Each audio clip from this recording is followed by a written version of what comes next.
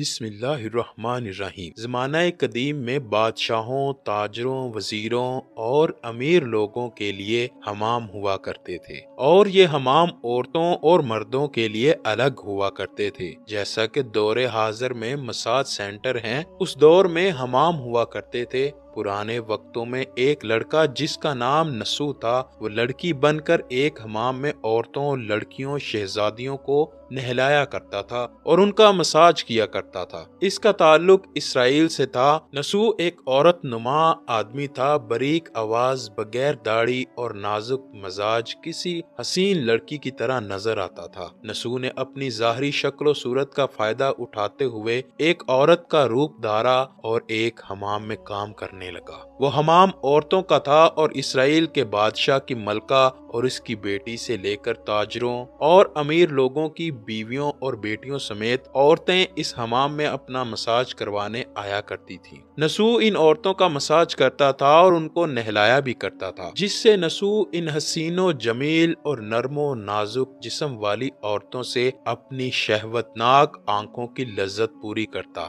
اور نسو یہ کام اتنی مہارت سے کرتا تھا کہ جو عورت ایک مرتبہ نسو سے مساج کروا لیتی وہ اس کی گرویدہ ہو جاتی اور پھر ہر مرتبہ اس سے ہی مساج کرواتی تھی۔ ان عورتوں میں ملکہ، شہزادی اور دیگر امیر لوگوں کی عورتیں بھی شامل تھیں۔ نسو کی حقیقت کوئی نہ جانتا تھا۔ یہ کام نسو کا ذریعہ معاش بھی تھا، وہ اس سے پیسے بھی کماتا تھا اور اس کے ساتھ ساتھ حسین و جمیل عورتوں کے جسموں سے لطف اندوز بھی ہوتا تھا۔ نسو کے ضمیر نے کئی مرتبہ اس کو ملامت کی۔ ضمیر کی ملامت پر نسو توبہ کر لیتا، اس شیطانی عمل سے دور رہنے کا ارادہ کرتا، لیکن پھر وہ توبہ توڑ دیتا۔ پھر ایک دن بادشاہ کی بیٹی حمام میں ہمیشہ کی طرح نسو سے مساج کروانے گئی۔ مساج کے بعد پتہ چلا کہ شہزادی کا ہیروں سے جڑا ہار نہیں مل رہا۔ شہزادی نے حکم دیا سب کی تلاشی لی جائے۔ نسو اپنا راز فاش ہونے کے ڈر سے ایک جانب جا کر چھپ گیا اور دل میں سوچنے لگا اور کہنے لگا، یا اللہ مجھے معاف کر دے، میرا راز رکھ لے، میں آئندہ کے بعد اس شیطانی عمل سے توبہ کرتا ہوں۔ ابھی نسو دعا مانگ ہی رہا تھا کہ شہزادی کی آواز آئی، نسو کو تلاش مت کرو، ہار مل گیا ہے۔ اس کے بعد نسو نم آنکھوں کے ساتھ شہزادی کے پاس آیا اور اجازت طلب کر کے گھر چلا گیا۔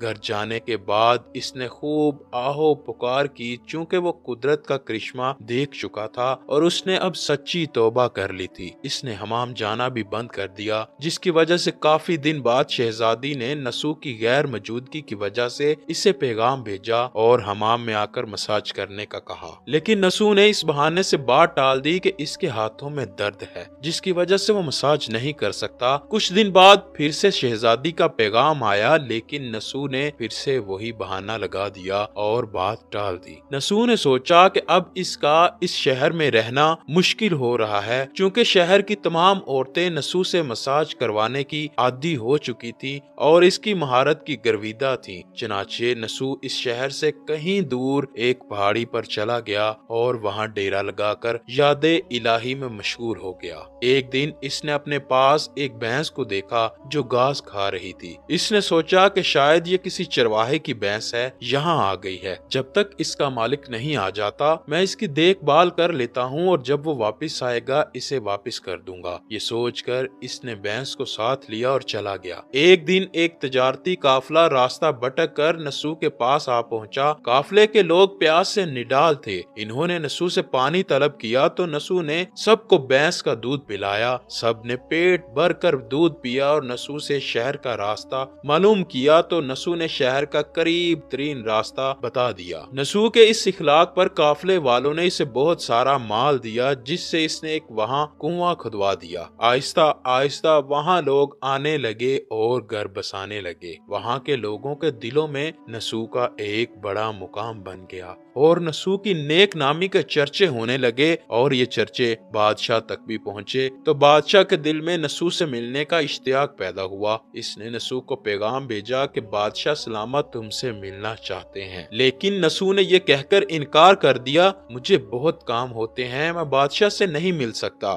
نسو کے انکار پر بادشاہ کو تعجب ہوا، لیکن اس بے نیازی پر اس کے دل میں نسو کو دیکھنے کا مزید اشتیاق پیدا ہوا۔ اس نے کہا کہ اگر نسو یہاں نہیں آ سکتا تو ہم خود نسو سے ملنے چلیں گے۔ چنانچہ بادشاہ اپنے کرندوں کے ساتھ نسو سے ملنے روانہ ہوا۔ قدرت کا کرنا ایسا ہوا، جب بادشاہ نے نسو کے علاقے میں قدم رکھا تو قدرت کی طرف سے ملک الموت کو حکم ہوا کہ بادشاہ کی روح قبض کر لی جائے، اور بادشاہ وہاں انتقال کر گیا۔ چونکہ بادشاہ عقیدت مندانہ نسو سے ملنے آ رہا تھا اور رعایا بھی نسو کی نیک نامی کی گرویدہ تھی، تو نسو کو بادشاہ کی جگہ تخت نشین کر دیا گیا۔ نسو نے بادشاہ بننے کے بعد اپنے علاقے میں عدل و انصاف کے قوانین بنائے اور ان پر عمل کرنے کے احکامات جاری کیے۔ پھر وہی شہزادی جس کا نسو حمام میں مساج کیا کرتا تھا اور اسے نہلایا کرتا تھا، اس سے اس کی شادی کر دی گئی اور وہی ملکہ کے عہدے پر فائز ہو گئی۔ ایک دن نسو اپنے محل میں بیٹھا لوگوں کو نیکی کا درس دے رہا تھا کہ ایک شخص بولا، جناب کچھ سال پہلے میری بھینس گم ہو گئی تھی، میں نے اسے تلاش کرنے کی بہت کوشش کی لیکن وہ مجھے نہ مل سکی، میری مدد کریں۔ نسو نے اس شخص کا جواب دیا، تم بالکل بھی فکر مند کرو، تمہاری بھینس میرے پاس ہے، آج میں جو کچھ بھی ہوں تمہاری اس بھینس کی وجہ سے ہوں۔ اس پر نسو نے اپنے کرندوں کو حکم دیا، میری دولت میں سے آدھا حصہ اس بھینس کے مالک کو دے دیا جائے اور اسے اس کی بھینس بھی واپس لوٹا دی جائے۔